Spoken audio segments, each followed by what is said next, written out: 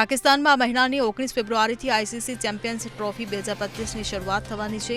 પાકિસ્તાન લગભગ 24 વર્ષ બાદ કોઈ આઈસીસી ટુર્નામેન્ટની મેજબાની કરી રહ્યું છે, પણ આ ટુર્નામેન્ટ પહેલા જ પાકિસ્તાનના ખોખલા દાવાની પોલ ખુલી ગઈ છે।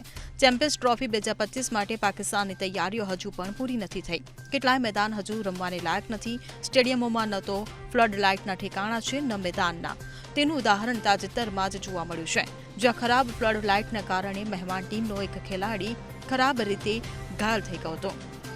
મળતી માહિતી મુજબ લાહોરના ગદ્દાકી સ્ટેડિયમમાં ન્યૂઝીલેન્ડના ખેલાડી રચિન રવિન્દ્ર ખરાબ રીતે ઇજાગ્રસ્ત થયો હતો। રચિનને આ ઇજા ખરાબ ફ્લડ લાઇટને કારણે થઈ છે। કહેવાય છે કે ખરાબ ફ્લડ લાઇટને કારણે બોલ રચિનને સારી રીતે દેખાવ નહીં અને બોલ ડાયરેક્ટ તેની આંખમાં જઈને વાગ્યો। તે બાદ રચિનની આંખની આ બાજુમાંથી લોહી નીકળવા લાગ્યું। તેને તાત્કાલિક મેદાન બહાર લઈ જવામાં આવ્યો અને બાદમાં ખેલાડીને લોહીલુહાણ હાલતમાં હોસ્પિટલમાં દાખલ કરવામાં આવ્યો હતો। Bureau report CN24 news.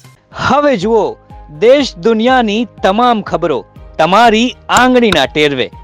ઉઠાવો મોબાઈલ અને Google Play Store પરથી ડાઉનલોડ કરો અમારી CN24 ન્યૂઝ મોબાઈલ એપ।